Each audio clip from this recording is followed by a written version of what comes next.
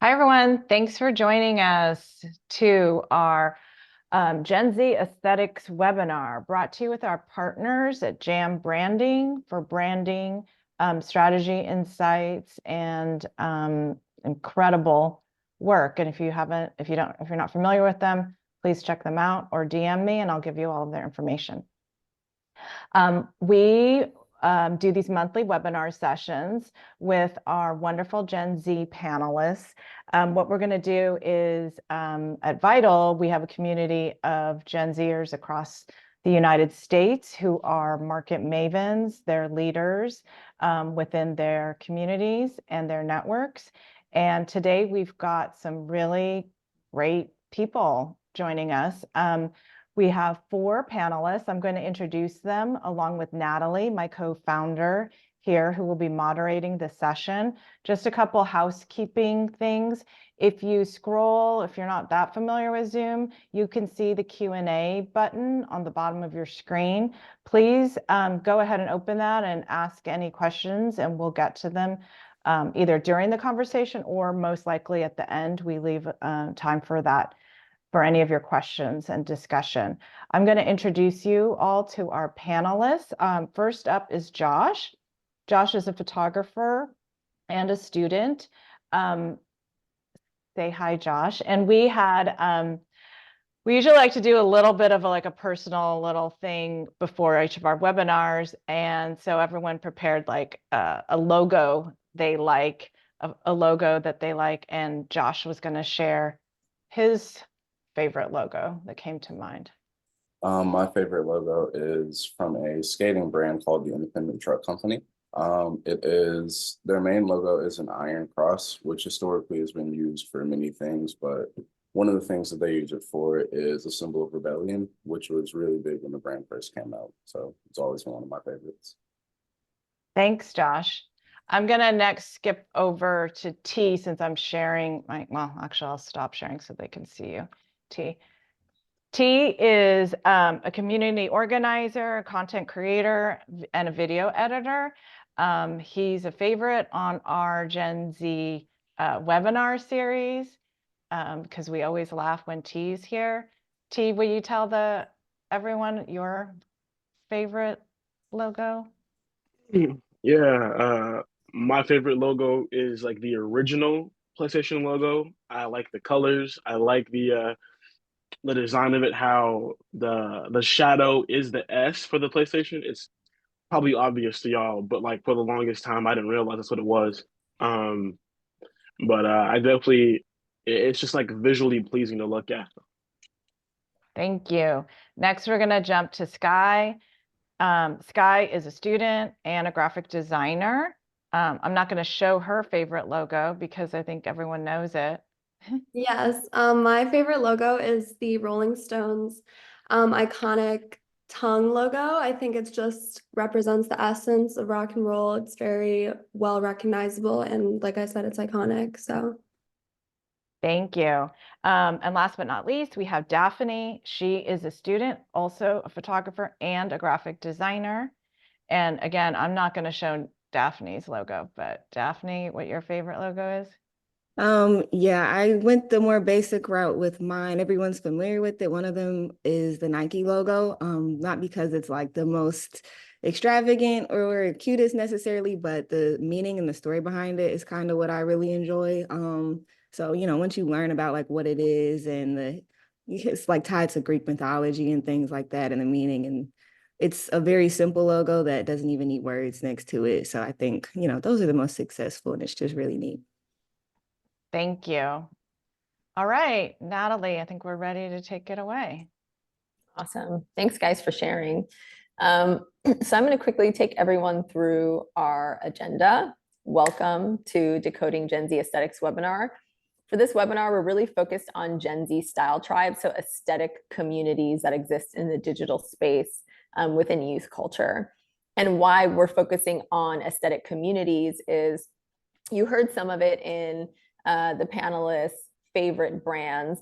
A lot of it's visual based, but some of it's not visual based. Some of it's also about the history and the context of the brand. Some of it is about the story behind the logo, how it was created. And all of these elements is really a more dynamic element to visual identity than I think many of us have normally thought about.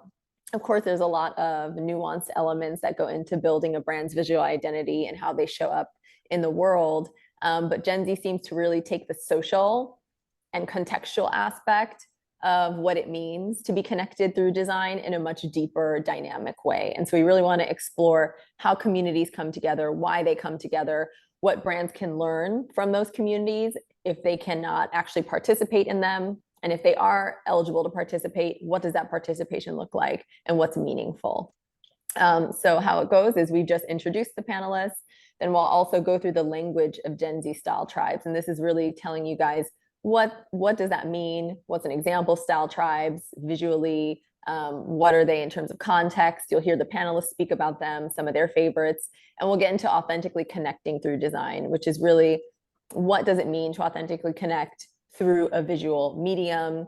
What are more nuanced ways that we might not have thought about what that means in terms of connecting visually in ways that don't seem visual at the onset? And then if we have time, which we may not, we'll go into key insights and then Q&A. So if you have any questions, there's a chat bot below. And so just put your questions in the chat and we'll be sure to record them. And at this Q&A session, we'll make sure that we get to everyone's questions. So if you have them, please hold them, put them in the chat, and we'll be sure that we get to you. All right, so let's jump into the language of Gen Z style tribes. So in preparation for this webinar, we all got together with the panelists and asked them what are some of their favorite Gen Z aesthetic communities. Why are they their favorite? And this is like a bit of a word cloud about some of the things that we heard in addition to some of the more popular aesthetic communities. And something that was really interesting to me and that I wasn't super aware of was Aaliyah core, and really quite a lot of these on this list. But I'd love for some of the panelists to just kind of pick a aesthetic community that they see on this list and kind of explain it from your perspective. And Josh, I'm going to start with you because I know you brought up Aaliyah core first, I believe, and you had a really interesting perspective on it. I'm not too sure about Aaliyah core. Like I know what it is and everything. I know a lot more, like one of the aesthetics that I saw on the list was opium.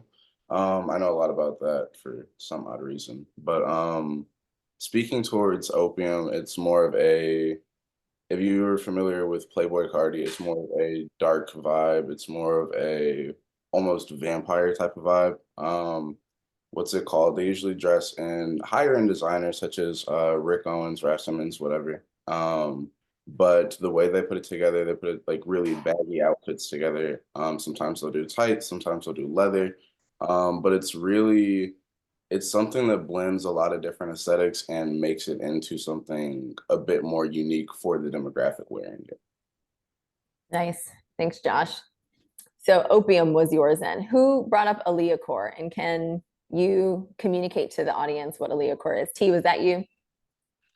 Josh brought up Aaliyah core, and funny enough, I brought up opium, but I think Aaliyah core is the like exact opposite of opium. It's very light aesthetics with focuses on expression and a lot of fur, actually. One of the creator, her username is Aaliyah's Interlude.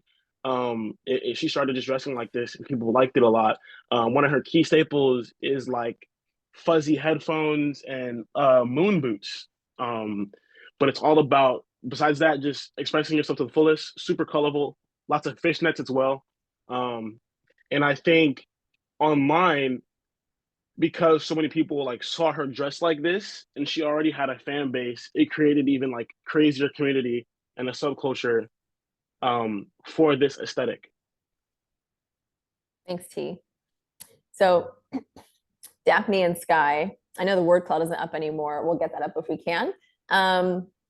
But some of the other ones on the list were Baddie. I know Coquette came up, Mermaid Core, Dark Academia. Are there any aesthetics that you want to take on and explain for the audience?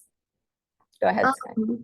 So I think I named Coquette in my answer originally, and basically it's a very soft, it's like a soft girl aesthetic. Think a lot of silk, ribbons, bows. It's actually rooted in Japan Lolita fashion, which is very youthful, very playful, frilly. It's very feminine, like overly feminine. But now, like the modern coquette is more of like a Lana Del Rey aesthetic and kind of like cherry prints and everything very soft and feminine. And it's really fun. I like it a lot. So. Thanks, Guy. And Daphne, which aesthetic would you like to explain for the audience? You can pick one from the list, or it can be one not on the list as well. Oh yeah, for sure. I talked about more like the clean girl, but then also it's kind of like an island nature boho aesthetic as well that I kind of lean into, and that's more, you have like the loose fitting clothes are pretty flowy. It's somewhat similar, but you have like patterns and things, and then it's also pretty jewelry heavy as well. I love, like layering and wearing jewelry and things like that. So it's kind of just like decorating yourself and just, being comfortable and just kind of going with the flow type of vibe. Nice. Thanks, Daphne. So the next slide, we have some visual support for you guys in the audience around what does this look like. And so you have Aaliyah Core up on the top left corner that T was speaking about. Next to it, you have Happy Camper, which is an outdoorsy kind of vibe. I believe to the right, too, you have different variations of indie sleeves. Further to the right, you have more streetwear aesthetic. Below to the left, I believe that's moss core. And then to the right, I think there's an element of like fairy or mermaid core. To the right of that, you have coquette. I'm actually not sure what this one is here. I think it's also something related to school aesthetic. So this is a really wide dynamic expression of style communities that exist within Gen Z. And something really interesting in that you'll hear in our panel question is how much the panelists know about majority of the aesthetic communities that exist, in addition to play and are fluid and roaming throughout these different communities and through their identity. So we'd like to hear from you guys. What are your top aesthetic trends? How did you discover them? And why those aesthetic trends?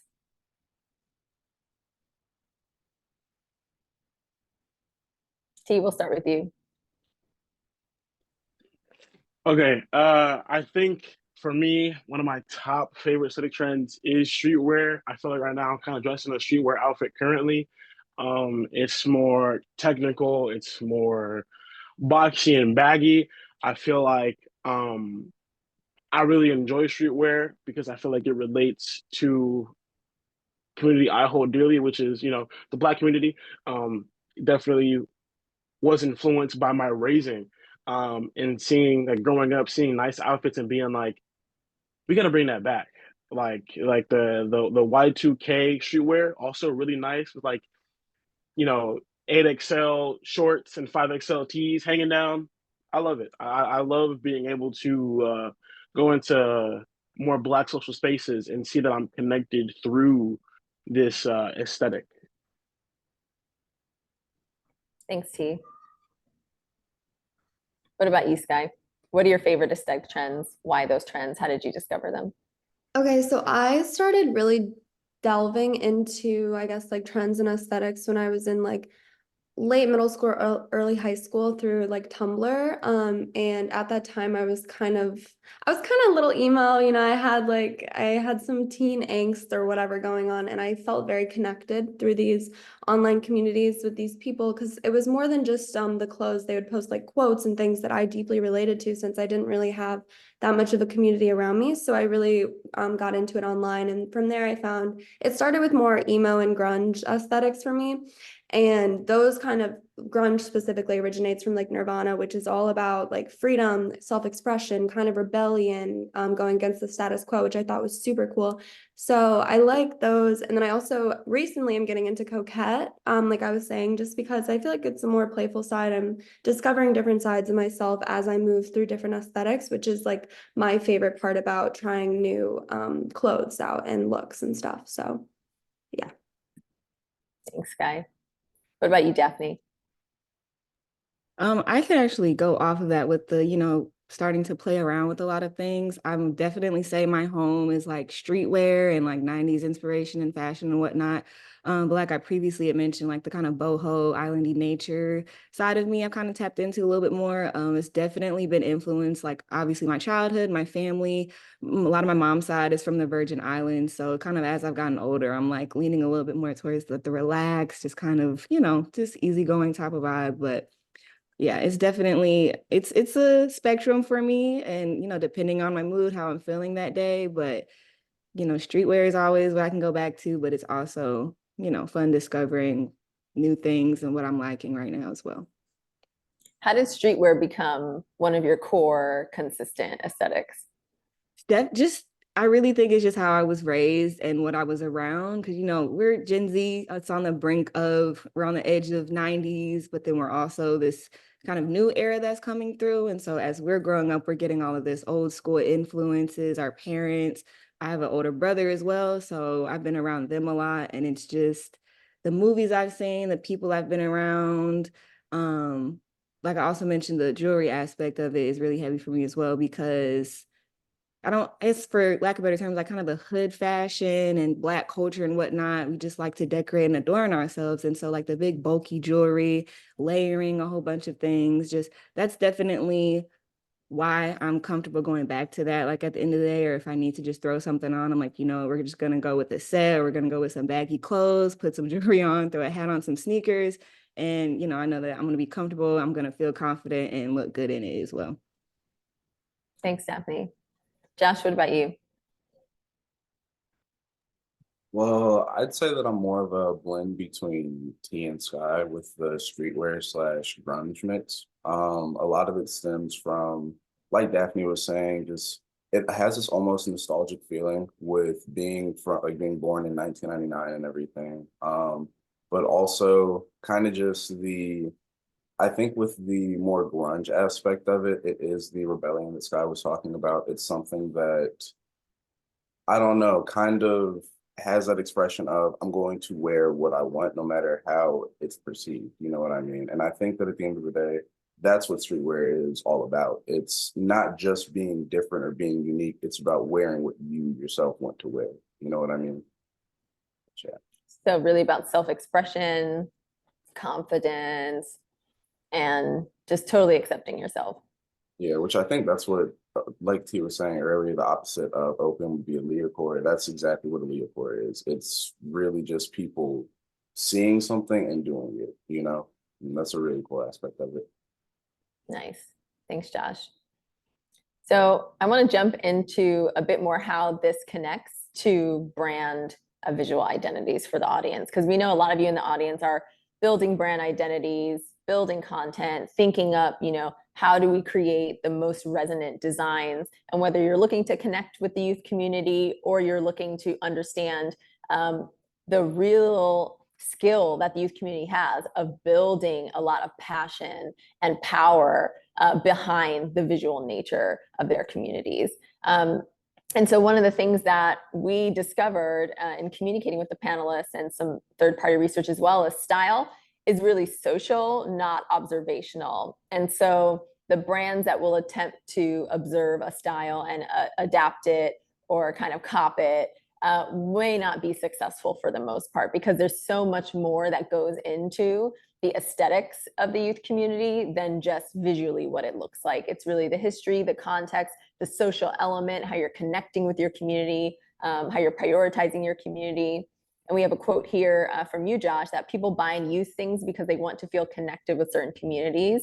So even if your brand isn't centered around these communities, understand the voice of these communities. So what does that mean? And we can go to the next slide of how these style tribes are put together and why are they so pervasive, powerful, consistent within the youth community? Why are they so resonant? Why are they so successful? And the big elements of that is these three-pronged elements. So cultural and social reflections. It's really an homage to eras. As we spoke about, you heard Daphne speak about coming up from the 90s, partaking in newer kind of trends. There's really a lot of element of wanting to understand the history of something, wanting to reflect something real, wanting to be belonging to something, rooted in something, freedom of expression, social elements as well. There's also community and identity that's built within it. So the visual languages are really a way to express this identity and express that self-expression, create bonds with like-minded people, also have that fluidity that's super important, and something that the panelists all communicated, and which we'll touch on a bit later, is this concept of something being androgynous or something kind of being a bit more mysterious, not something that is boxed in, is very attractive to them, and why that is. And responding to current events as well. So the trends really reflect, like we heard, some more rebellion, societal upheavals. It's really a commentary to their experience and their connection to each other. And we have a quote here that the explosion of interest in membership in style tribes is also the product of an emotional urge that transcends generations, platforms, and time periods, a desire to belong. And so what we're really looking at in this webinar is, how do brands create visual identities that authentically generate that belonging, that authentically create such a strong tie to community, to consumers, to an audience that's super successful, and also has adaptability, has fluidity, the ability to change. And we think there's a lot of really key insights that the panel can provide to give you either ins into their direct communities or ways for you to generate community around your own visual aesthetic. So we'll start with the next panel question. How can brands engage with aesthetic communities? What can they learn and incorporate into their identity? And I know we have some graphic design students in the panel. So Daphne, if you want to start and share your perspective. For sure. Definitely have recently been doing a lot of work with this, especially I'm coming upon graduation. So have to be familiar with like branding and, how to get information and things. So one thing that we have to do all the time, whether we're actually doing a logo or it's just hypothetical, we have to do our research. We have to have, what are they called? It's slipping my mind right now, but it's kind of personas. I'm sorry. You have to have personas. You have to know the audience you're trying to reach out, no matter like what logo brand you're trying to create. It's really just about knowing the people that you're creating for, because you don't want to make something that's disingenuous or that could fizzle out, especially if you're working with a brand. You need something that's going to last, that's going to be meaningful for people, and that they're going to want to continue to come back to, and things that will, catch their attention and whatnot. I hope that was the answer to your question that you asked me to get off. So let's say, so you spoke about Nike, right? Which is your favorite logo because of the history and the context behind it, not necessarily just the visual nature of the logo. So for instance, people in the audience might have a brand that's relevant to your guys' age group. Maybe their audience is your age group, or maybe it's not. And so let's say for the people in the audience that have a brand that would like to connect with Gen Z visually, what would you recommend for them? And then I'll ask you a second follow-up after that. So you said like, what would I recommend for them trying to connect for with brands that want to connect with the youth audience through visual design, and what can they take from how you guys are engaging in aesthetic communities? Yeah, for sure. Studying trends is definitely gonna help you. Being aware of what's going on and what's working and what's not working with the community is important. Like I said, you want to create something that is going to resonate with your audience and your consumer base and whatnot. So whether that be having a rich kind of story to it, all the way to like, honestly, the typography and the style and how you're going to take your branding and whatnot. So for example, like a real sleek and kind of clean logo styles, typography is really popular right now. I know for myself, I've been kind of obsessed with, it's called Rock Grotesque, because kind of this bolder, modern and, sleek, easy to read is what is catching people's attention right now, things that aren't too busy. And it's also a timeless style as well, having just, simpler designs, simpler styles is never going to go away. It's always going to be satisfying to look at and draw people's attention, and just bolder, designs, I guess, are pretty helpful right now as well. Thanks, Daphne. Sky, I know you mentioned you're also in a program for design, right? Yeah, so I feel like before you even begin the design aspect of it, it's really important to do the research and educate yourself on what the trends are right now, because a lot of times I see brands kind of just do a copy and paste of kind of everything that I've ever seen. Like it's all just kind of a carbon copy. And I think that comes off as disingenuous a lot of the times to Gen Z, because it doesn't really feel like you're doing the work to connect and make something original, but still in the realm of something that would fit into an aesthetic or a trend, if that makes sense. Like I think definitely studying what kind of fonts and what kind of visual elements are working, but also maybe putting your own twist on that in a way where it's like giving something fresh and new.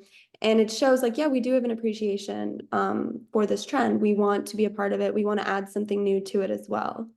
So I don't know if that helps, but that's what I think. Thanks, Sky. So I know also, and one follow-up for you, Sky, a lot of the favorite logos that were communicated here wouldn't necessarily be called Gen Z brands. And obviously there's a lot of brands that connect with multiple audiences, but there's elements of brand logos and brand design that you guys like that isn't necessarily super reflective of your aesthetic communities. So what is it about those designs that capture your attention? You spoke a lot about the history and the context. Can you speak about why that's important to you? What kind of history, what kind of context? Well, I feel like when I said like Rolling Stones is like, I think it's a great logo. I think it's iconic. I mean, I think it's so cool. I mean, it's cool to me. I would assume it's cool to other Gen Zers too, because it's a simple symbol and it's kind of edgy. And there also is the historical context of it that makes it so cool. Like sometimes for me, like I feel like there's a lot of fast fashion and like prints that just feel almost too trying to be on trend. Something that's almost like vintage that will come around again is gonna be way cooler to me than something that just was created yesterday. I don't know if anyone else agrees, but that's kind of how I feel. So I think that it has the history. It's almost like not trying too hard. It's just what it is. So there's an element of a brand that has roots. And if they have that element, how are they bringing that into their identity? How are they communicating that? How are they crafting community around that? Because that's a big plus for youth communities, is a brand that has history. Yeah. T, what about you?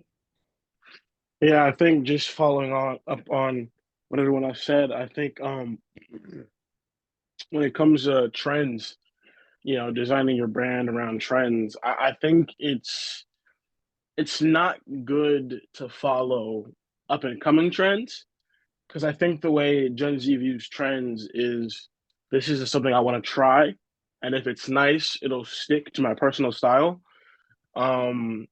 Versus you got to look back at trends that already stuck. What are things that that trended a while ago, but it's still prevalent to this day? Because I think if you're trying to design, your brand in the Gen Z, and you're like, look what they're looking at right now, in 2 weeks we're looking away. We didn't like that much, so this is going to be a miss every time. Nice. So really looking at longevity of trends as well, and basically being a part of communities so that you can see what trends are sticking, what trends are not. And like Sky mentioned, when she sees a brand that's just kind of adopting a lot of trends, a mishmash of trends, maybe communities that don't really connect, it feels like you're trying really hard to connect, but the language is like foreign. You can tell that this is not your first language, and that is inauthentic. Thanks for that, T. Josh, what about you?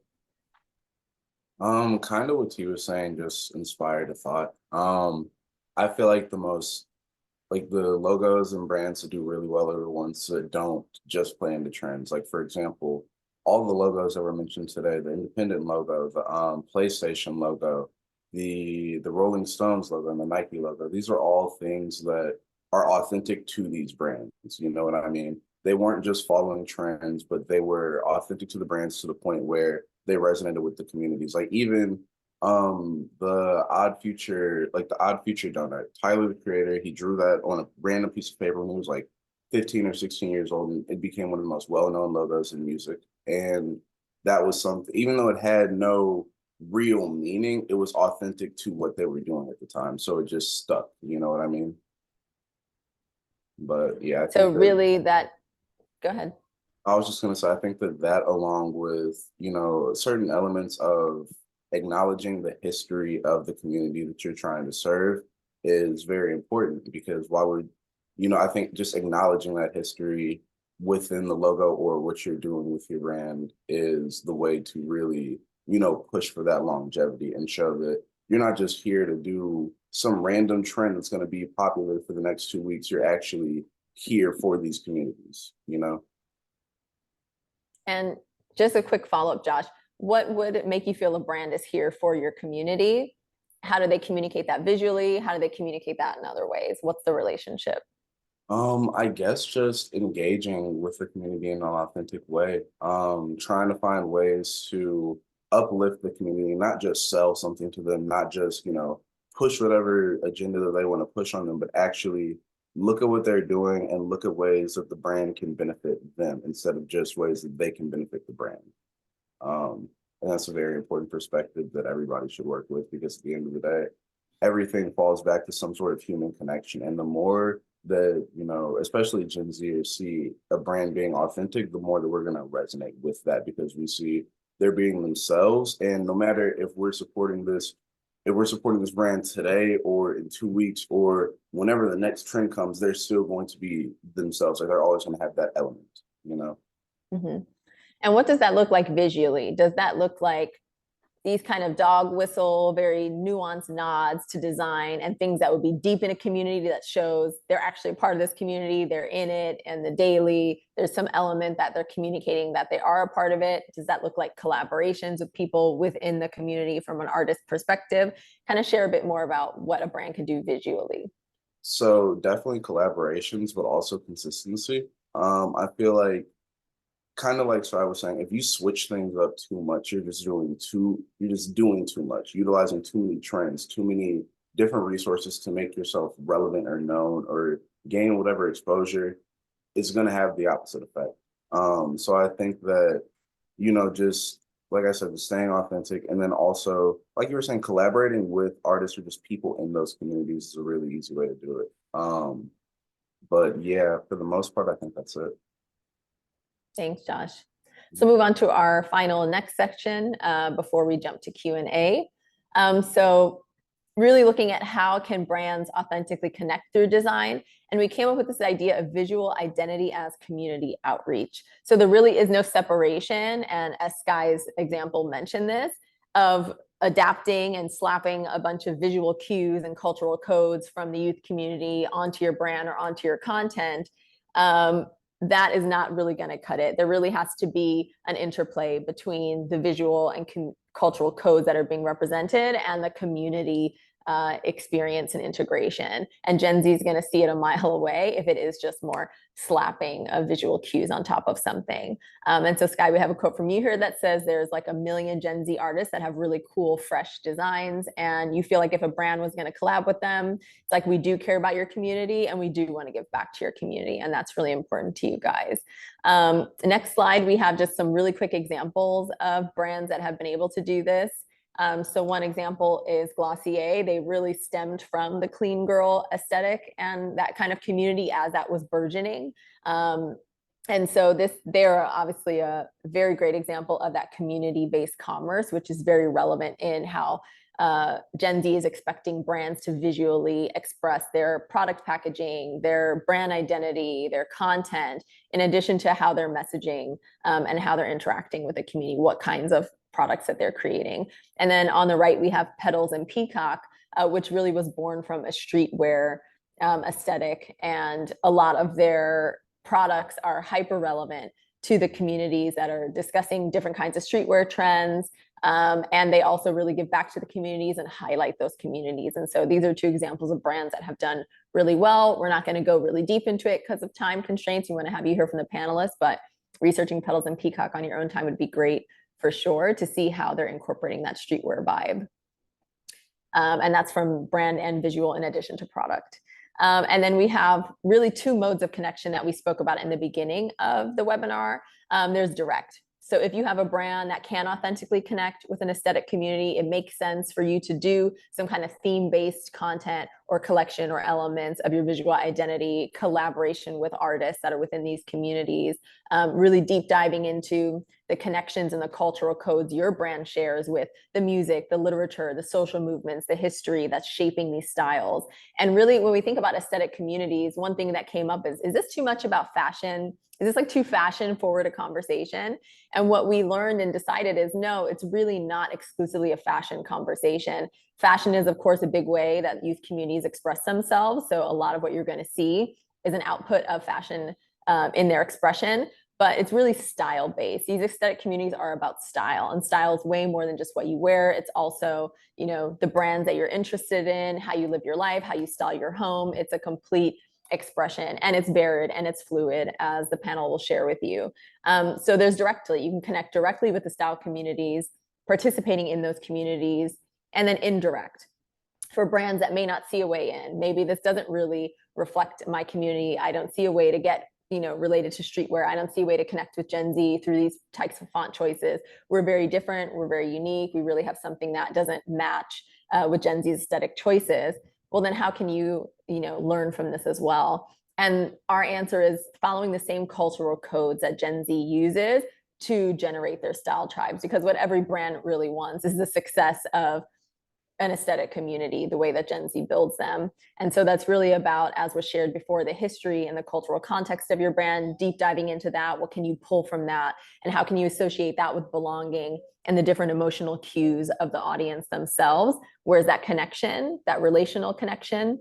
And then aesthetic fluidity. So having a very, you know, strong core, but also how can you shape and shift and change and update based on the times, based on responding to what's happening. So not quite trending, a bit more rooted, and then engaging with community. So how are you engaging with your community? Is it similar to the way Gen Z's communities authentically engage, whether you want to connect with them or whether you want to build something out that is also a different generation?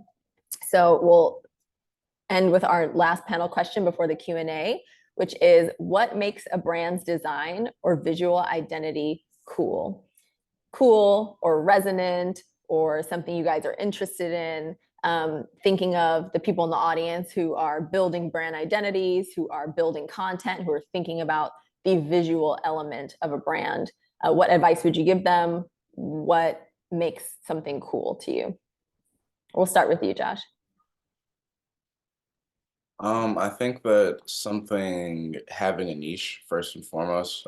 If you find something that really fits you and your brand, sticking with that, not like overdoing it, but like being consistent with it is a really good way to just put yourself out there.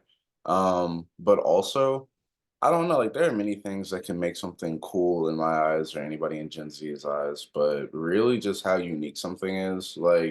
Like I was saying earlier, I notice the things that don't fall in line with the current trends. Like that's the stuff that usually sticks with me that I remember long after those trends have passed. You know what I mean?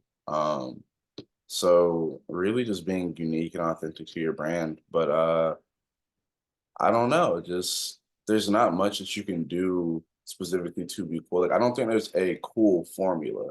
You know what I mean? I think that in order to be cool, you just have to be, it might sound cliche, but just be yourself. Like just be authentic to your brand, your community, and the people that you want to be involved with your brand. Um, like for example, there's this artist named Sage Elsesser. He goes by Navy Blue, but he used to be part of Odd Future as a skateboarder.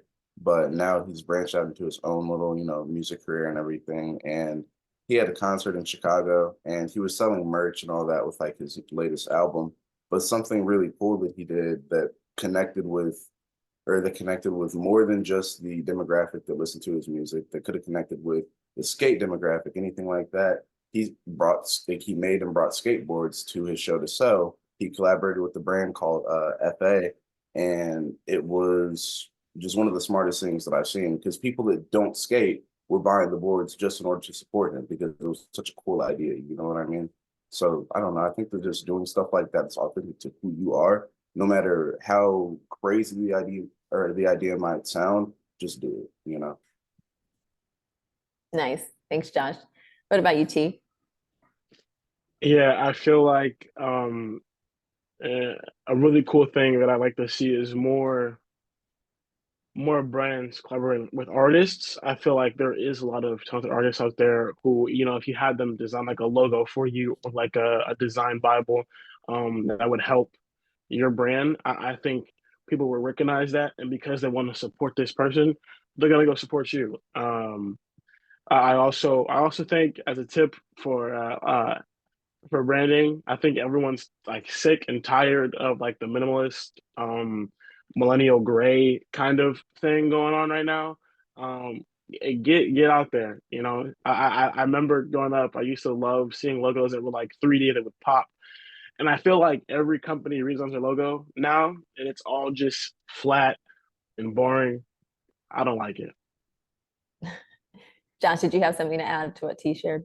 Yes, that is it. It feels like brand and just gentrification almost. Like it's exactly, I know this isn't, it doesn't pertain to like the logo or anything, but it's exactly what killed McDonald's in a lot of people's opinions. Like McDonald's used to be a very fun place, very colorful, but now the buildings are just gray. They're very boring in a way. So I don't know, just even thinking about it in that perspective, really it shapes it for you. Thanks, Josh. So go ahead, Sky. Sorry. I totally agree with everything that everyone else was saying. Another thing I wanted to add too was, for me, I think it's really, really cool when brands go the extra mile to be sustainable and to like be climate friendly and really inclusive with the way that they're sourcing their materials. And I think that that's a really big thing for Gen Z too, because I hope at least really care about the environment. We care about climate change. We care about like social issues. So I think that when a brand has an actual message, something like a backbone to it, that is also extremely important and cool to me. So Thanks, Sky. What about you, Daphne? What makes a brand design or visual identity cool?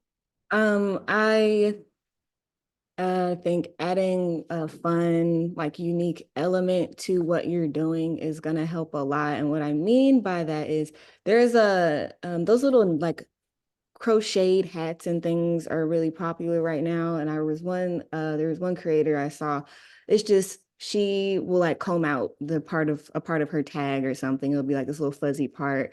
And that's how you know it's hers. On the other end of this, I know one of my photography friends, she makes her experiences very unique for her clients. So she'll have like a poster, like a graphic with their name on it, or welcoming them to the studio. I know when I like to do it, I like to make little goodie bags and things like that. And while those aren't like visual or branding, like visual logo things that will make it unique, that is also really important when you're creating a brand for yourself as well, because you just want to have something that people are going to remember. There's tons of fashion designers, there's tons of photographers, there's tons of graphic designers and logos and everything, but there's always having one little element that makes sure it stand out regardless of how saturated, that industry is what is really gonna, help you push forward with whatever it is that you're doing. So add something unique in there, because there's that you're an individual. There's something that somebody hasn't thought of that you can add as well. Thanks, Daphne. T, you have your hand up? Yeah, I think to add on to that, I think what I noticed recently with brands, more and more brands are writing like handwritten notes when they mail things out. Like if we're shopping, whatever your item is, just like, I don't know, something about that, like being like, hey, so and so, thank you for shopping at my place. I hope you're doing well. I bought this jacket from a guy a while back. It was a brand called Zach's Craft Store, and like he like said, I hope your birthday goes well. And it was like before my birthday. And I was like, that was cool. I don't know. I felt like uh, you're making an outreach to your community, and it makes you want to come back and shop for you more. Thanks, T. Josh, you have your hand up? Yeah, I was gonna say that's a great example that he just gave. Like literally just little stuff like that. So like something as small as a handwritten letter, or even just like, for example, stickers and stuff like that. Just making something accessible for everybody that wants to participate in supporting your brand, you know. But yeah, just something as simple as that is really helpful. Thanks. That's a really good point. I'm going to clarify and conclude some things before we move on to the Q&A with you guys. You have some questions in the chat that I want to get to before we close. But it sounds like to me there's a big emphasis on where's the humanness of a brand and how much can a brand communicate that. And it's no longer the days of a corporate top-down perspective of, you know, this is our brand as a conglomerate, but it's really like now it's community forward and rooted in more that grassroots element. So what can your brand do visually to communicate that you're connected to my community, your community, moving away from just a hyper digitized element, maybe more handwritten elements, moving away from things that have been very traditional and ubiquitous, so very pervasive. How can you be more unique? What can you bring that is different and that ties into this generation's idea of uniqueness, self-expression, change, fluidity, human and community focus? Does that sound reasonable? Thanks, T. All right, so I'm going to pull up some questions from the chat. So we have one question that says, what are the panelists' favorite brands currently? And we can start with you, T, just because your hand is up. I'm sure that's old, but that's okay. Yeah, I didn't realize my hand was still up. Yeah, for me, one of my favorite brands currently, actually, is Dickies. Mainly because their fashion is very plus size friendly. You know, I'm able to shop there and get things that fit me and make me feel good in my body. So yeah. Nice. What about you, Daphne? What are your favorite brands? I have really been into my local brands lately. So I'm from St. Louis. And so we have like a lot. Recently, we've been having a lot of smaller, some Black business expos and then just community ones. So I am trying my best to support like my just my close friends and their businesses at other colleges. There is one that's called Truly Melanid right now, and she has just a bunch of just like Black positivity, like hoodies and streetwear and things like that. There was, it's slipping my mind the other name, but like I said, there is a jewelry. There's one of my close friends who's into jewelry making as well too down here, and she just got started. So the names are kind of slipping my mind right now because they're pretty new, but a lot of local brands I've been getting into lately. So Thanks, Daphne. What about you, Sky? What are your favorite brands? I really like, oh my gosh, what is the name of it? Sorry, one second. I just thought about it. Duh. Hello Kitty has been my favorite brand, like honestly, forever. It's a very nostalgic thing for me. I like their clothes, I like their socks, I like their little accessories and their little makeup.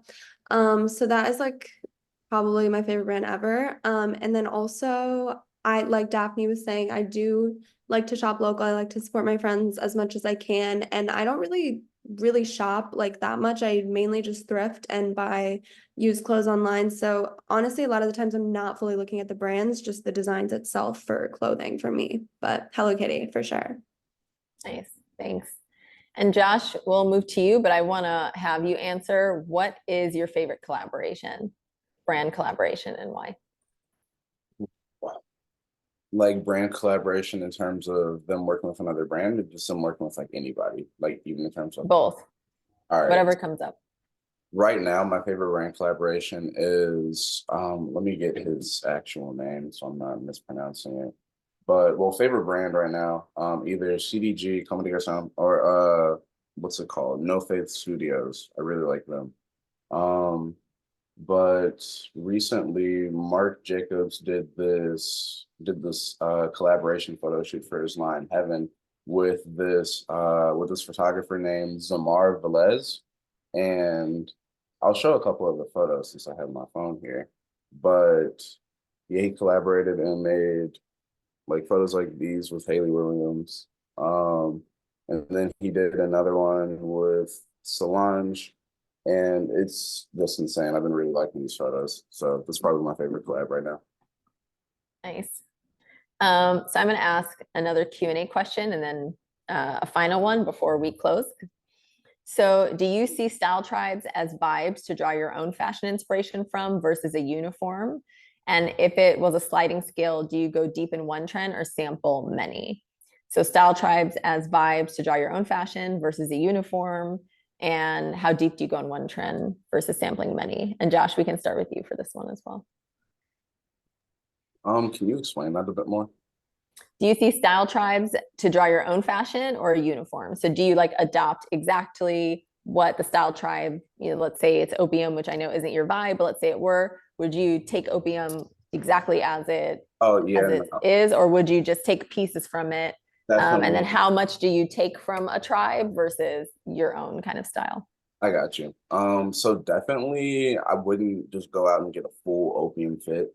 If I liked the pants, I'd probably just get the pants and piece those with something that's more in my style, such as like a t-shirt of mine or something. But I'm not really all for just straight up copying outfits or like copying a vibe. Like me personally, if I'm going to dress a certain way, I'm going to mix it with just the original way that I'm going to dress anyway, if that makes sense. It does make sense. And Daphne, what about you? I will agree with that as well. If I'm ever gonna like try to go full in on something, it'll probably be in my room as an experiment before I leave the house to see like what parts I'm gonna pull from something. Because sometimes there will be trends that I really, really admire, and I'm like, oh, I don't know if this, will suit me and whatnot. So it's really the same answer. I will definitely just pull certain pieces from different trends that I like. I think that's what is gonna keep individuals from, just looking very, I don't know, factory, I guess is what came to mind. It's just getting pieces is what's going to keep you looking unique, because if you're just following trends, people are going to see that. It's not going to, I don't know, maybe it won't suit your vibe, or it'll look like you're trying too hard or things like that. So people can always tell when you're being genuine, if something's really you or not. So I think it's, if you really want to dive fully into a trend and aesthetic of style, then go ahead and do that, especially if it fits you.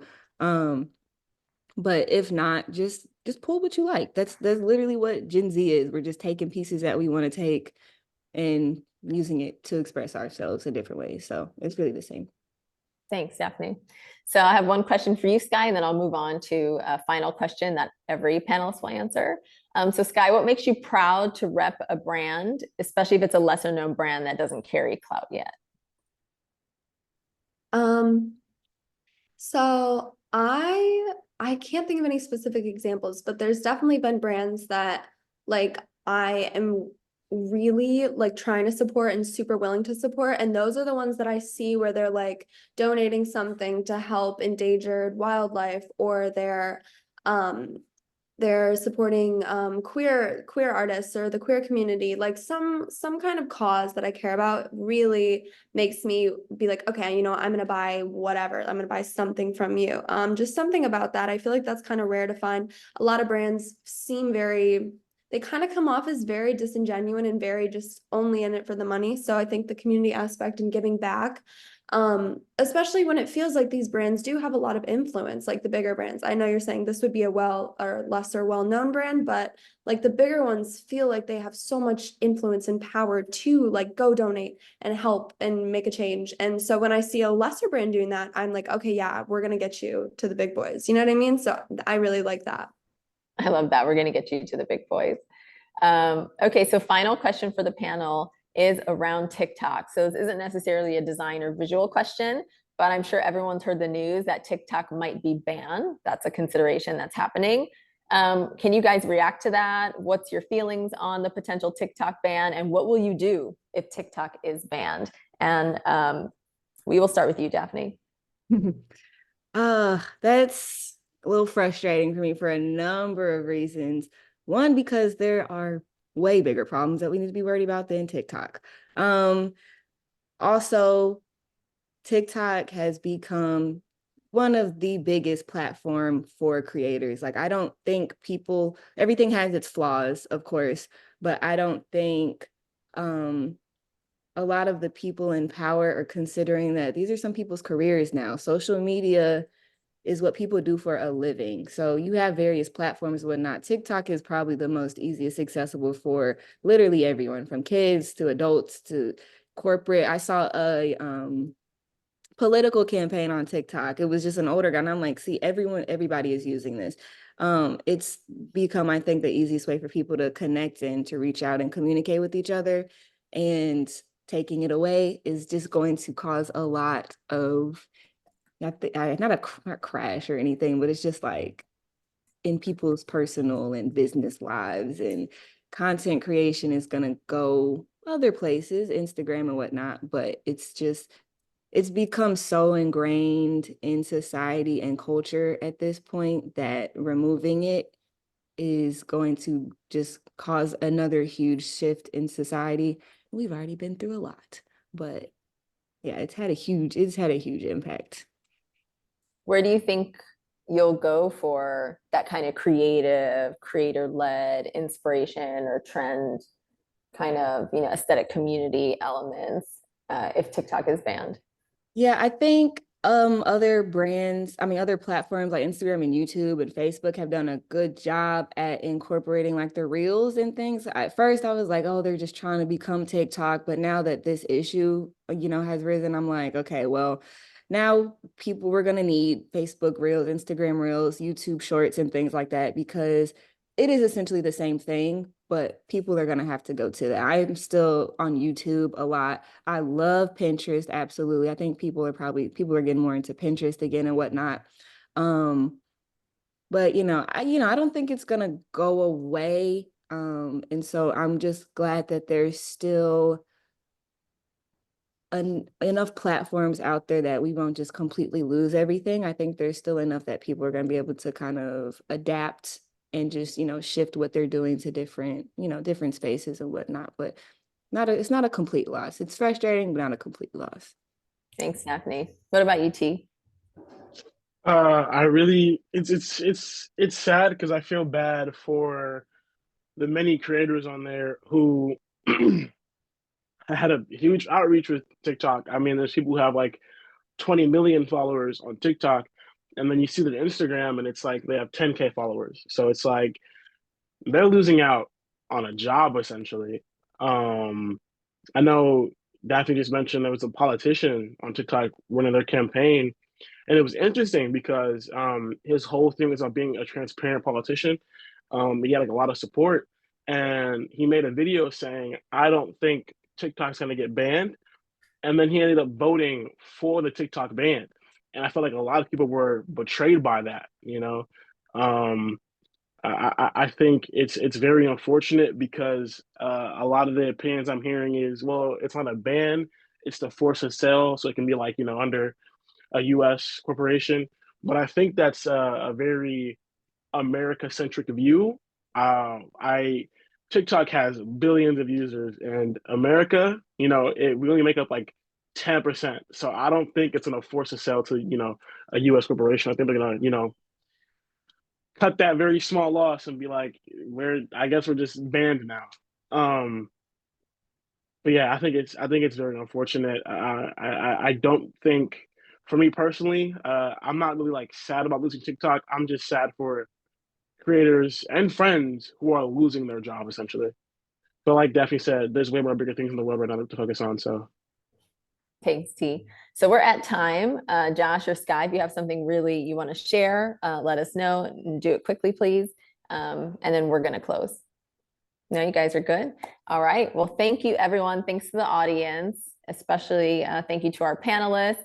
We also have a list that the panelists gave us of their favorite creators and artists and people that they would like to see brands collaborate with. So we're going to send that around as a thank you to all of our attendees and registrants.